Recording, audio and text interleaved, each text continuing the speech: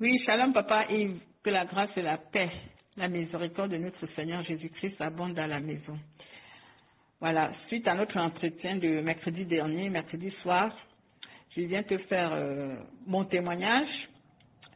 En fait, je souffrais d'une irritation d'estomac depuis au moins plus de 30 ans, plus de 30 ans.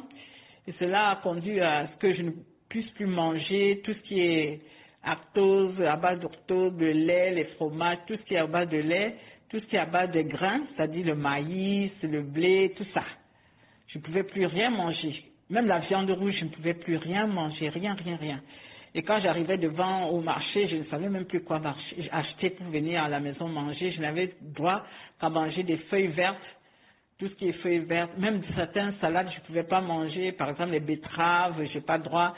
Les oignons, tout ça, le l'ail, tout ce qui est acidité, citron, tout ça, l'ail, gingembre, certains condiments, je ne pouvais plus manger. Et y compris aussi tout ce qui est les céréales, tout ça, je ne pouvais plus manger. Je n'avais pas grand-chose à manger en fait. Donc je pouvais manger certains légumes vraiment limités. Mais Dieu m'a fait grâce, je suis arrivée ici, tu nous as imposé le jeûne de 3 jours que j'ai commencé.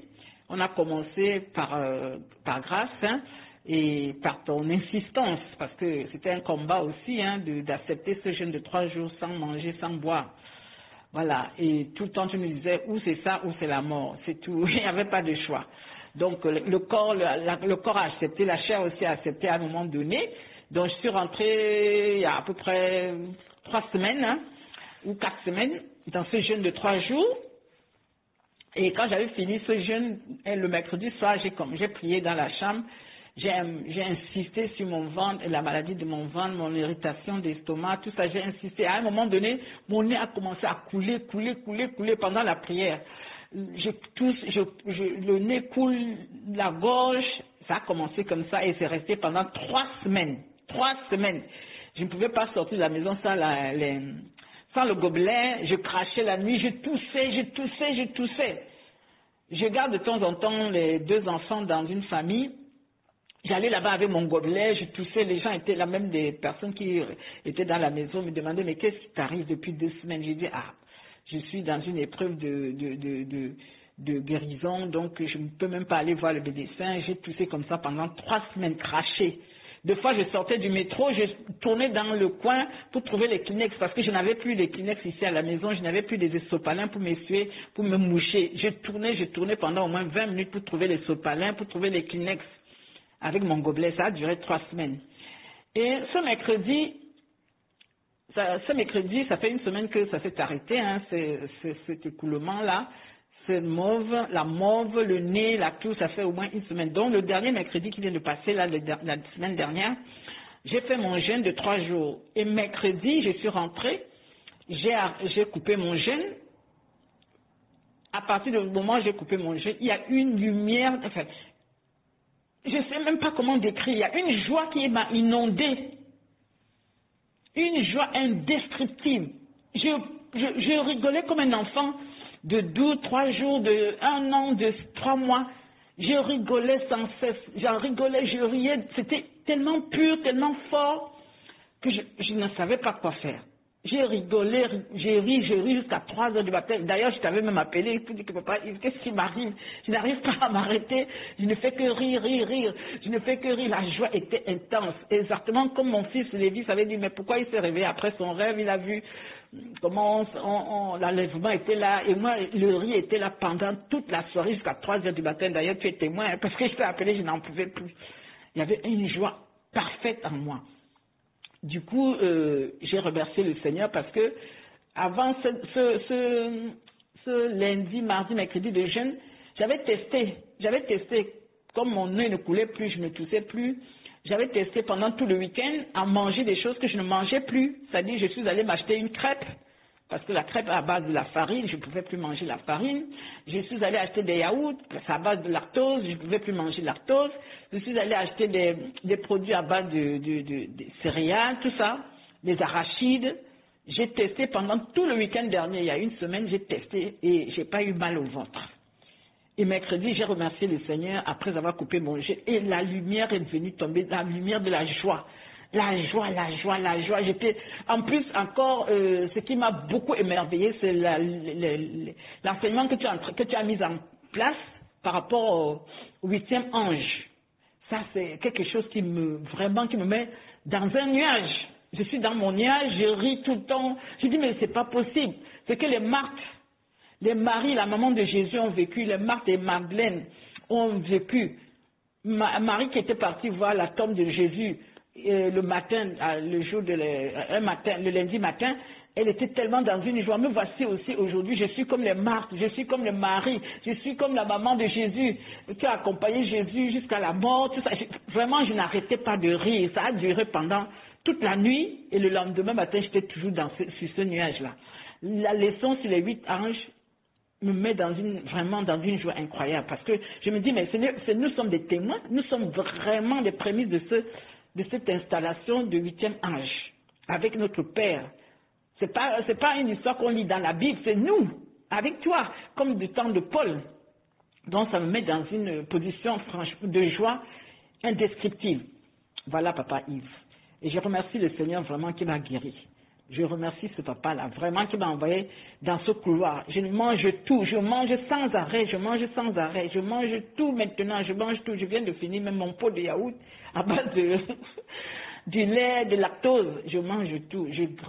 Vraiment, je remercie infiniment mon Sauveur Jésus-Christ qui m'a amené ici.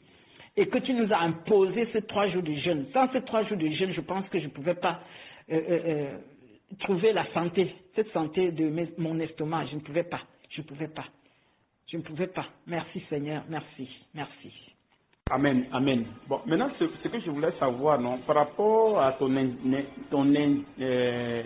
parce que ça te donne l'indigestion, en fait. Tu vois, non? Bon, maintenant, par rapport à ça, est-ce que tu t'es sous traitement?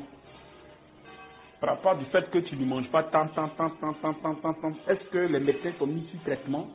Que tu dois prendre tel médicament pour que tu tiennes, tu dois prendre telle chose pour que tu fasses ça. Est-ce qu'il y a eu ce traitement-là pendant toutes ces années-là, de ces 30 ans-là? Est-ce qu'il y a eu des traitements qu'on t'a donné pour dire fais ça pour que tu puisses manger ou bien fais ceci, prends ce médicament pour que tu arrives à tenir, machin. Est-ce qu'il y a eu ce truc-là? Tout ce temps-là, tu as eu un traitement, on t'a mis sous traitement, sous médicament, ou tu as pris des médicaments fatigués? Ou bien des injections, ou bien je ne sais quoi. Est-ce que tu as eu ce genre de choses par rapport à ton ventre qui avait problème?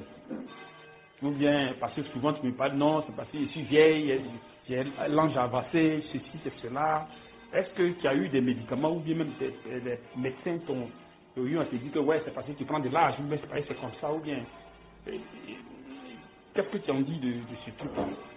Tout ce que tu as vécu avec cette maladie, ce mal de ventre. En fait, l'irritation de l'intestin, c'est comme un passoire, tu vois. Tu fais ton thé, tu fais le passoire, tu passes sur le petit passoire là. C'est des petits trous qui laissent l'acidité passer et ça rentre dans les veines, partout, ça circule dans les genoux, tout ça. Vraiment, ça crée c'est très désagréable, c'est très désagréable. Donc du coup, pendant toutes ces années, oui, c'est vrai, j'étais conduit par les poudres. En fait, les produits pharmaceutiques qu'on nous donne, nous qui souffrons de ça, on nous donne une farine qui va boucher ces petits trous-là. On va dire en gros, on nous donne du plâtre. Les médicaments comme du plâtre. Donc ça vient maintenant plâtrer toute la zone. Et l'estomac, comme ça tu manges, tu digères gentiment, ça ne passe pas par ces petits trous-là. J'avais ça des années, et c'est depuis que je suis avec toi, hein, je veux dire.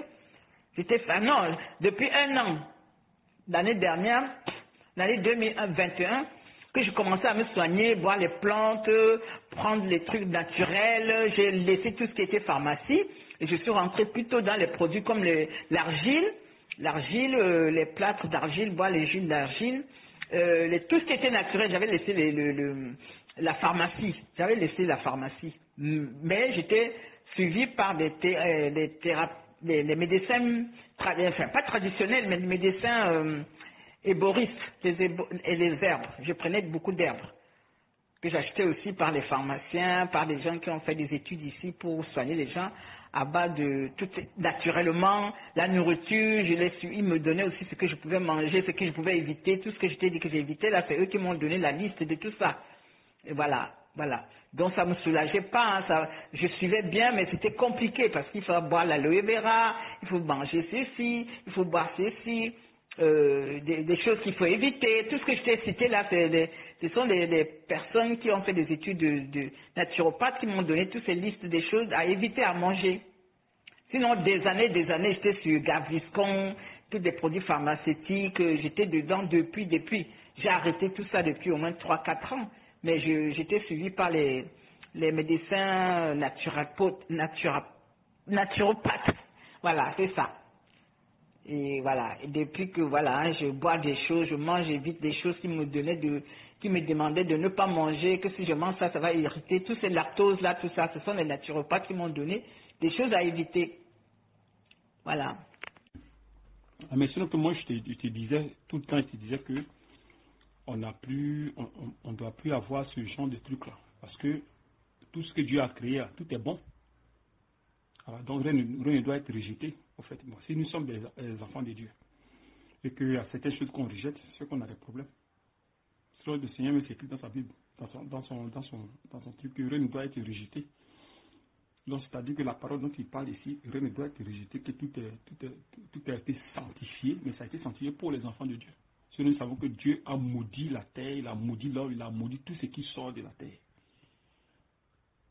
Donc, ça peut nous créer des problèmes, étant sous l'empire du péché. Mais quand Dieu m'a dit que tout a été sanctifié, tout ce que Dieu a créé est bon, ça ne veut pas dire que ce qui est dans le monde est bon. Non. Parce que le monde est sous l'empire du péché. Mais là, il parle de ceux qui sont sanctifiés. Parce qu'il dit que ça a été sanctifié par la parole et par la prière.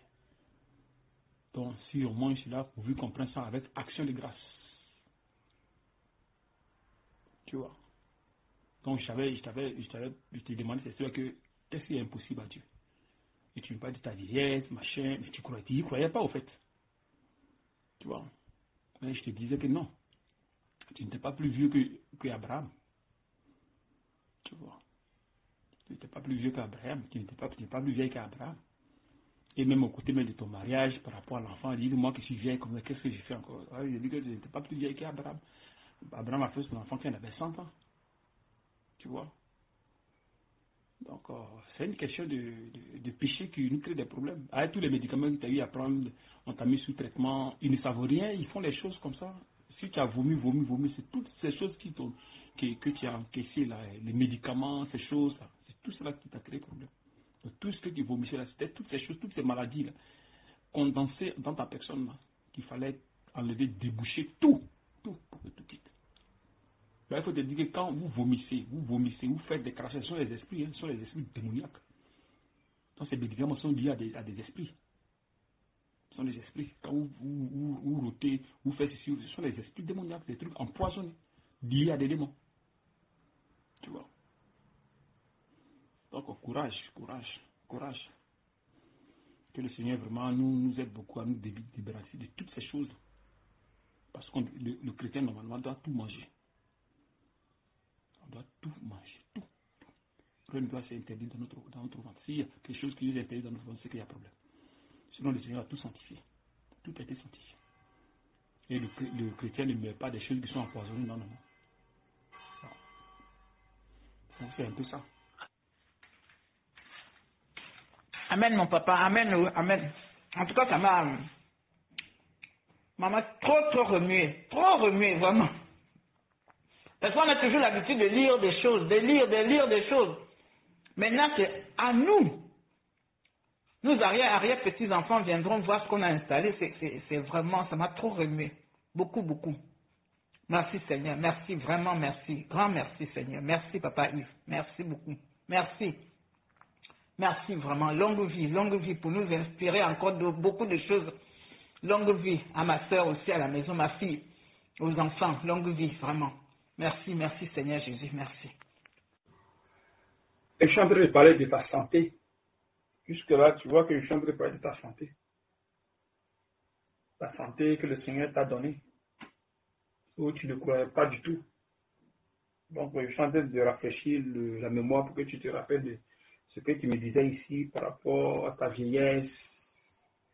Et je suis quand tu as parlé de ton mariage avec ton mari. Tout ça. Mais bon, tu n'y croyais pas, hein? Tu étais là comme ça. Surtout quand le mariage, là, ça t'a tellement étonné. Ben, papa, on est dans un couloir vraiment spécial, quoi. Excuse-moi, hein. Waouh, mon papa. On est venu avec un lot d'incrédulité, on est venu avec un lot de esprit de chair, on fonctionnait avec tout ça. Mais maintenant, on commence à dire que ta volonté soit faite, hein, parce que de toute façon, on ne connaît pas ce que lui, il a prévu pour nous, tu vois. C'est toi, tu es intermédiaire entre lui et nous. Donc, ce qui sort de ta bouche, c'est pas anodin. Donc, nous, on est venu avec notre incrédulité, nos façons de penser, de la chair, tout ça là, du monde. Maintenant, on apprend à dire que sa volonté soit faite. Mais ça a été long, hein? Ça a été très très long, très très long. Oui, papa, que ta volonté soit faite. Ça, c'est un mot que nous, on ne connaissait pas avant de rentrer dans la bergerie. Même quand on est rentré dans la bergerie, on n'a pas reçu ça tout de suite. On n'a pas mis ça dans nos cœurs, ni non, non, non, non, non. Hein? Même jusqu'à présent, il y a encore du chemin, il y a encore du chemin, papa. Il y a encore du chemin à dire que ta volonté soit faite et coller ça dans nos cœurs, dans nos pensées, nos attitudes. On a encore du chemin à faire. On a encore du chemin, papa. On a encore du chemin. Merci. Merci, Seigneur. Mais tu te rappelles quand même, non? Tu te rappelles que je te disais ces choses. Ou que tu te rappelles plus. Tu as oublié toutes tes paroles que tu faisais des choses. Tu t'es cramponné sur du fait que tu étais ceci, tu étais cela. Tu te rappelles pas de ça. Je pense que tu te rappelles très bien de toutes ces paroles. C'est ça un peu la foi, hein? Parce que si Jésus nous dit qu'il va nous donner le repos, donc quelqu'un qui a mal au ventre, et Jésus dit qu'il va te donner le repos, il faut, qu'est-ce que tu dois faire? Tu dois croire aveuglément, tu vois. Mais tellement que le monde nous a inculqué plein de choses, ils ont enseigné beaucoup de choses avec leurs spécialistes d'après eux. Bon. Voilà, aujourd'hui, les spécialistes ont fait du temps fatigué. Maintenant, ça a mis combien de temps pour qu'on te guérisse, pour que le Seigneur te guérisse. Et c'est toi-même qui as prié, hein. Tu as prié, toi, ce qui t'est délivré. Tu as prié et tu as prié au Seigneur au secours et il t'a délivré. Tu n'as pas eu besoin de grands prophètes, grands pasteurs, grands docteurs, grands bishops, tous ces grands du monde. Tu vois. Le Seigneur t'a délivré correctement, propre. C'est-à-dire tu as vécu quelque chose de truc en direct, toi-même. Tu as vécu ta guérison en direct. Nettoie bien ton ventre. C'est vraiment merveilleux, hein? C'est vraiment merveilleux. Merveilleux, vraiment. Et il fallait insister, à chaque fois revenir sur les mêmes choses jusqu'à ce que votre cœur comprenne que, vraiment, voilà. Ça n'a pas été facile, hein? Parce que le cœur était vraiment dur. Votre cœur a été dur. Hein? Dieu merci que ça commençait à relâcher un peu. Ça commençait à croire. Sinon, c'est très difficile. Pourtant, vous avez fait des églises partout. Prier. Si toi, tu priais dehors, tu chantais, tu faisais ceci, tu veux entendre, tu as au moins une maladie qui battait depuis plus de 30 ans. Tu vois ça? Là, il fallait que vraiment, j'insiste, j'ai parlé des enseignements jusqu'à ce que le Seigneur intervienne et maintenant tu commences à voir la lumière un peu petit à petit pour que tu comprennes certaines choses et il t'amène même à vivre même par la foi. Tu vois. Tu peux comprendre certaines choses dans les rêves qui s'accomplissent et ça commençait à te donner un peu d'assurance jusqu'à maintenant. Et voilà maintenant la guérison qui déclenche. Ah oui, c'est pour cette raison on dit tout se fait par la foi. tout se fait par la foi. S'il n'y a pas la foi, oublie Dieu. Tout se fait par la foi. Et pour en arriver là, il faut accepter vos caprices. Hein. Après, il faut être patient. Accepter vos caprices, tout ce que vous faites comme chose, même si ça ne rentre pas, mais il faut accepter, insister, tout le temps, jusqu'à ce que tout soit accompli. Veillez sur vous. Être auprès de vous, quand vous ramenez à l'état enfant, c'est vraiment du boulot. Hein. De grandes personnes comme vous, qui peuvent aller donner même naissance à des personnes de 50 ans. Mais le Seigneur est obligé qu'on vous prenne comme des enfants. Hein. On vous prenne comme des enfants. Si on ne fait pas ça là, à l'âge où vous êtes là, non. Il sera très très difficile. Mais quelle église aujourd'hui qui peut ramener l'homme à l'état enfant? Quelle église qui peut ramener un homme à l'état enfant? Pourtant que si vous ne faites pas ça, non, vous ne pouvez pas suivre Jésus. Hein, parce que vous aurez en vous l'orgueil. D'abord votre âge, si vous avez vos études, si vous avez de l'argent, votre argent, tu vois, non? Donc ça va monter vos épaules. Et quand c'est comme ça, il n'y a pas la foi. Pourtant que la foi, il faut passer par là. Pour que tu marches selon Dieu, marche par la foi. Il faut que on te réduise au néant, hein? C'est-à-dire que détruis ton autorité. Ton autorité. Il faut qu'on détruise tout en toi. Pour que l'orgueil, surtout, qu'on détruise l'orgueil. Tout l'orgueil doit être détruit. Afin que l'être maintenant commence à comprendre que non, je dois respecter celui qui est le Père, c'est-à-dire que Dieu qui m'a créé. Afin qu'il puisse marcher par la foi et être délivré de ces esprits-là. Parce que si tu as l'orgueil, il y a certains esprits qui ne quittent pas. Hein. Non, les esprits qui ne quittent pas, il y a certaines maladies que tu ne peux pas guérir de ces maladies-là. Et ça a besoin de la foi. La foi qui t'amène à l'état d'enfant. Pas la foi qui te donne cet état d'une personne qui se prend, qui a son orgueil, qui a ceci, c'est non. Donc, vraiment, ces trucs sont vraiment compliqués. Mais Dieu, dans sa grâce, dans sa miséricorde, nous amène à ce que nous reconnaissons nos erreurs en ramollissant notre être, voilà, à l'état enfant. À l'état enfant. Petit enfant. Donc, il met tout en place. C'est qu'on arrive à vous éduquer, à vous apporter une éducation, jusqu'à ce que vous arrivez à fléchir genoux. Et c'est à partir de là, maintenant, allez, tout déclenche. C'est tellement merveilleux.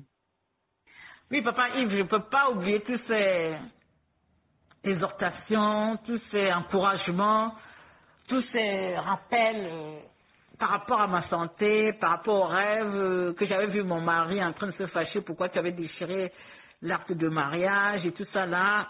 Mais moi, non. J'y croyais. Je ne peux même comme j'ai vu, c'est moi qui ai vu le songe, le rêve. Même quand tu me parlais, non, c'était refusé dans ma tête. Non. Faire un enfant, tout ça, les songes dans mon lit, le bébé qui est dans mon lit, tu es encore là, tu es ceci. J'ai dit non, c'est pas possible. Mais c'est pas possible du tout. Mais les choses de Dieu sont les choses de Dieu. Quand le neveu de mon mari est mort en décembre dernier, je t'ai appris la mort. La première des choses qui est sortie de ta bouche, tu as dit, peut-être à travers cet enfant, vous allez encore vous réconcilier. Peut-être cet enfant est parti pour que vous vous réconciliez ton mari. J'ai dit, waouh, s'il continue à dire encore ça, il continue à dire ça, oulolo. Dès que je t'ai annoncé la mort de son neveu, tu as dit, cet enfant, tu as dit, cet enfant, peut-être qu'il est parti pour que vous vous réconciliez encore davantage. Et c'est ce qui se passe, c'est ce qui s'est passé. C'est ce qui s'est passé autour de ce deuil. Waouh, Jésus, oh mon Dieu, on n'a pas fini de découvrir tout ce que tu as dans ton grenier, dans tes archives, vraiment. Mais j'étais à voir les jumeaux, j'ai gardé les jumeaux, il y a à peu près 2 semaines, sa maman m'envoie des photos, alors qu'avant, il n'y avait pas tout ça. Il n'y avait pas tout ça. Dès qu'il y a moins de choses au Cameroun, on m'appelle dans sa famille, tout ça. Il y avait une coupure depuis des années. Ma cousine m'a appelé, la fille à ma tante, voilà, qu'il a eu mon mari au téléphone, ils ont resté plus de 30 minutes, ils ont resté plus de 20 minutes en train de causer, il est de tout et de rien. J'ai dit, waouh, la prophétie là en train de... Alors qu'avant, non, chacun était dans son coin depuis au moins 15-20 ans. C'est pas une histoire d'hier. Ce divorce, non, non, non. Hein.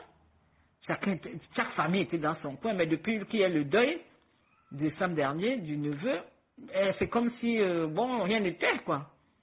Non, vraiment, c'est l'incrédulité. Et puis, bon, on n'avait pas l'habitude de vivre des choses comme ça, que le rêve vraiment va se concrétiser.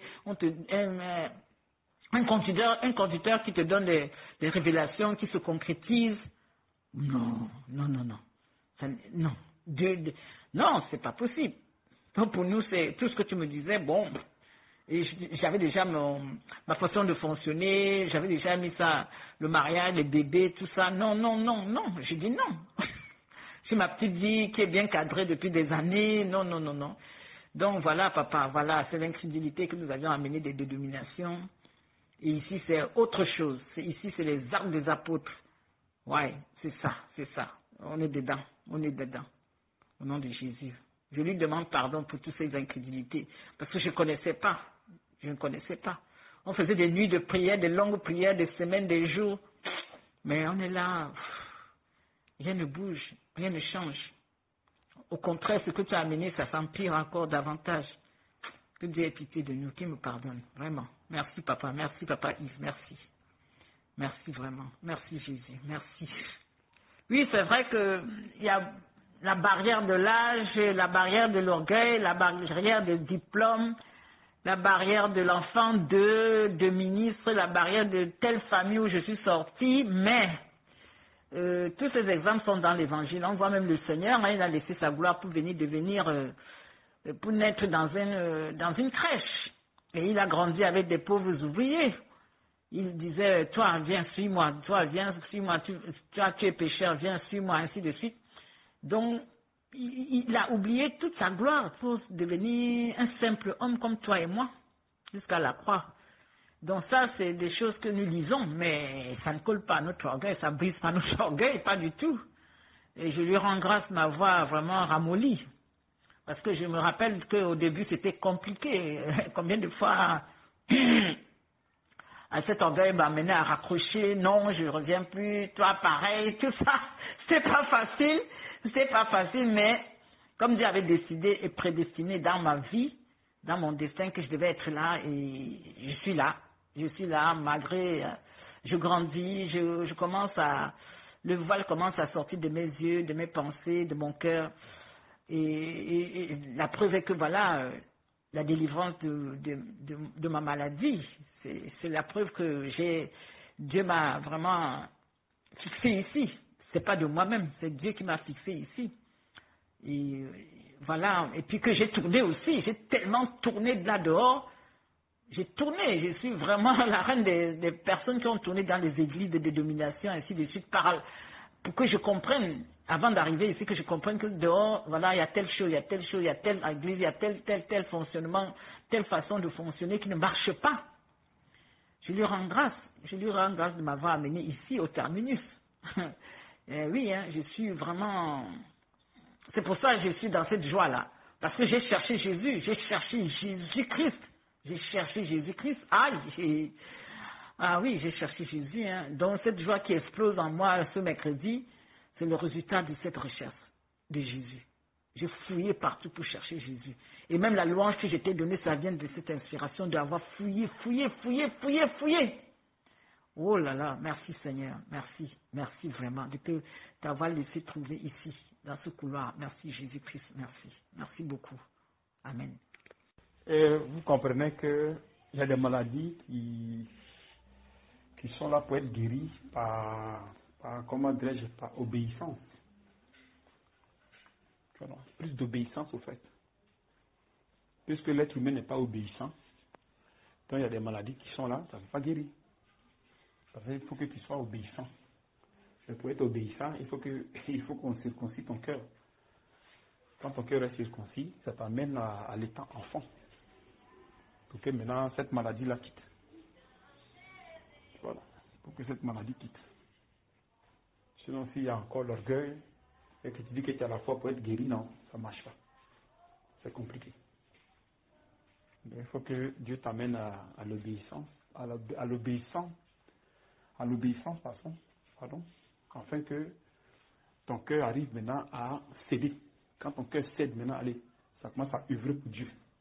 Quand ça commence à œuvrer pour Dieu maintenant, ça va être de là maintenant, puis allez, la guérison s'opère. Avec moi, c'est merveilleux. Hein? Tout ce que vous faites pour le Seigneur ici, pour les frères qui ne travaillent pas, que Dieu même n'a pas donné le travail, afin que vous arrivez à manifester l'œuvre. C'est ça. Afin que vous arrivez à manifester l'amour. Voilà. Et c'est tout ça qui fait que la guérison comment dirais-je, s'active en vous. Le nettoyage, tous ces genres de choses, la rébellion, l'autoritarisme, toutes ces choses commencent à quitter. Ce sont des esprits coriaces. Des esprits coriaces. Donc quand c'est comme ça, Dieu est obligé de vous amener à l'obéissance. Afin que vous arrivez à être détaché de toutes ces choses. Donc plus nous œuvrons pour lui dans le corps de Christ, plus nous sommes guéris. Plus nous détachons des choses du monde, parce qu'il y a aussi ça, l'erreur, c'est le fait qu'on a attaché autour du monde qui nous crée des problèmes. Tu vois. Mais plus il commence à nous détacher et nous ouvre l'esprit pour que nous nous détachions des choses de ce monde, que ce soit l'argent, que ce soit les biens, les biens, les trucs, les maisons, les voitures, tous ces genres de choses.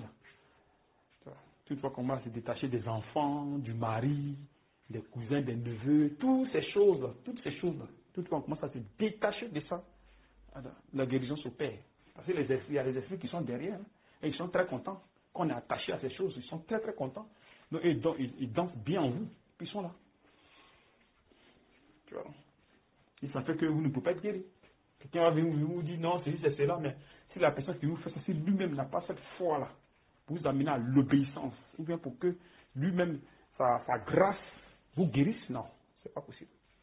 Et pour que vous guérisse, il faudrait qu'il y ait une obéissance vraiment élevée, hein, une mesure de foi élevée. C'est-à-dire que, parce que quand tu as une foi élevée, c'est que tu as une obéissance, c'est-à-dire que tu obéis plus, tu es plus consacré au Seigneur. Et ça va être là que tout va déclencher, sinon, pas de guérison. Tu vas rester là, ils vont tourner sur toi fatigué. On peut te guérir de toutes choses, mais certaines choses vont rester. Tu vois. C'est vraiment merveilleux, hein. C'est vraiment, vraiment merveilleux.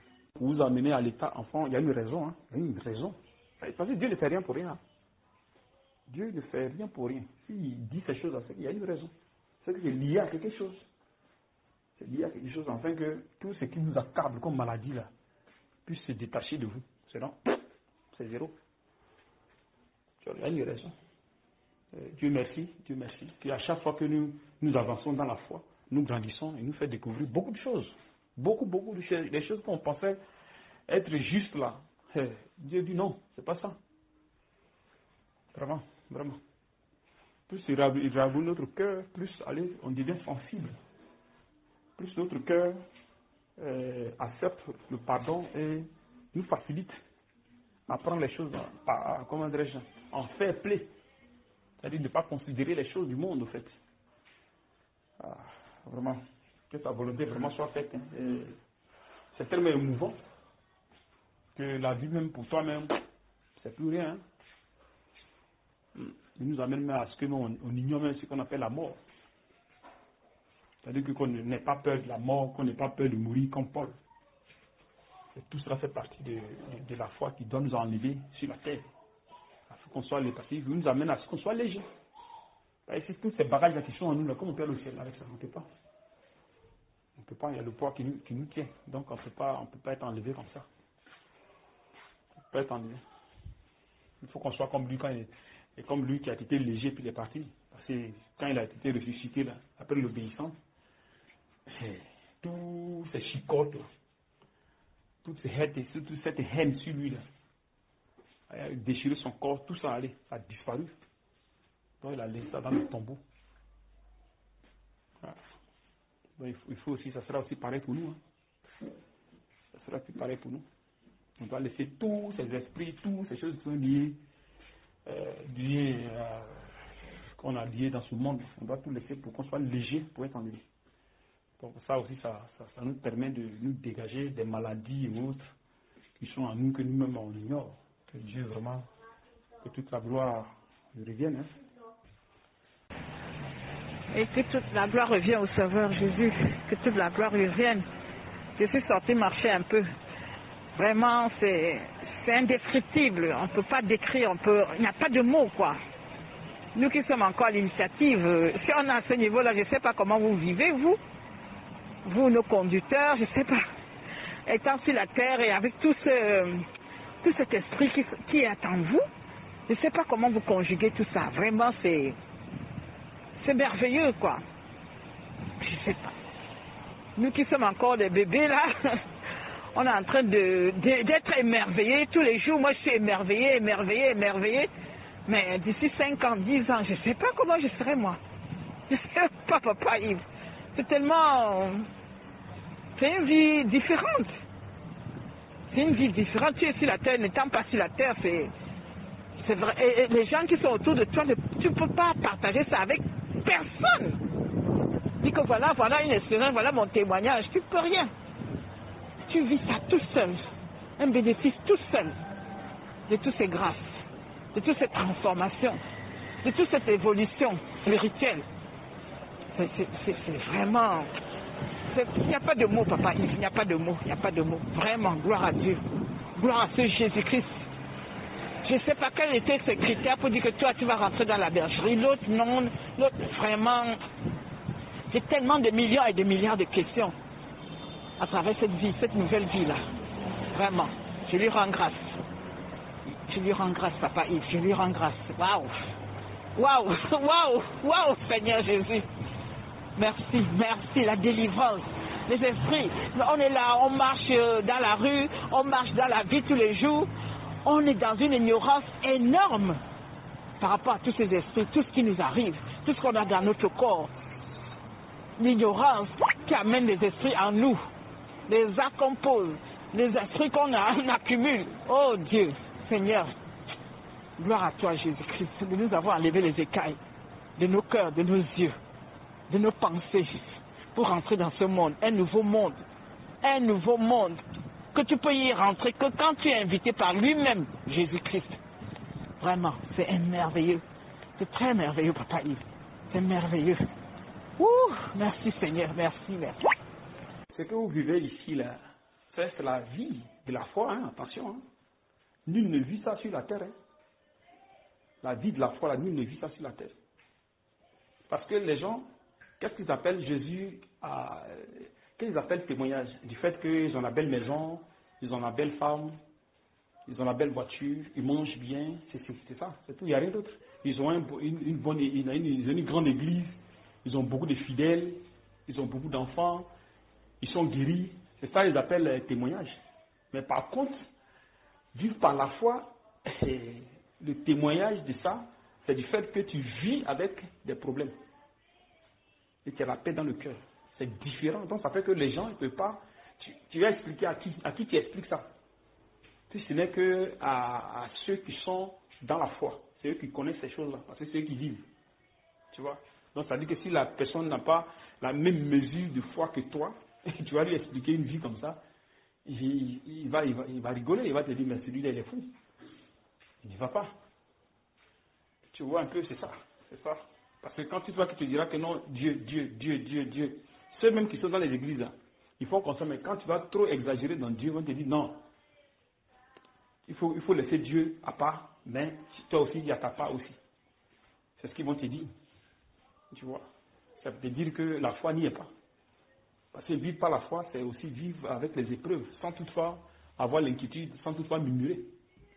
Mais dans ça, tu es à l'aise. Et tu ne méprises personne. Tu es sage, tu es humble. On te pété là-dessus, on t'insulte.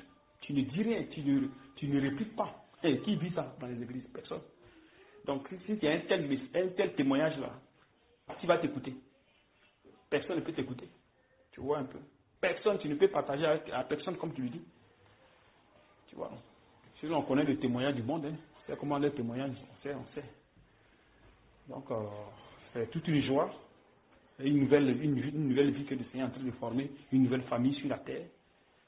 Et je pense qu'avec le temps, bon, on va se réunir, bon, puis on va vraiment vivre une vie merveilleuse. Jusqu'à ce que, bon, ils viennent nous chercher. Parce que le point final, c'est ça. C'est-à-dire qu'on soit parfait, sans tache, ni ride, ni rien de semblable, irrépréhensible, sans péché. Quand on dit ça aux gens, ils sont étonnés. Mais est-ce que du moment où Dieu te fait détacher de toutes ces choses sur la terre, il te guérit, il te donne de tout, tu n'es pas vu sans péché. Tu peux vivre sans péché, sans problème. Parce que c'est lui qui vit en nous.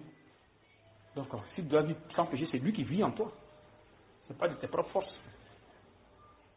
Donc, c'est ce qui va amener maintenant, va le précipiter sur la terre.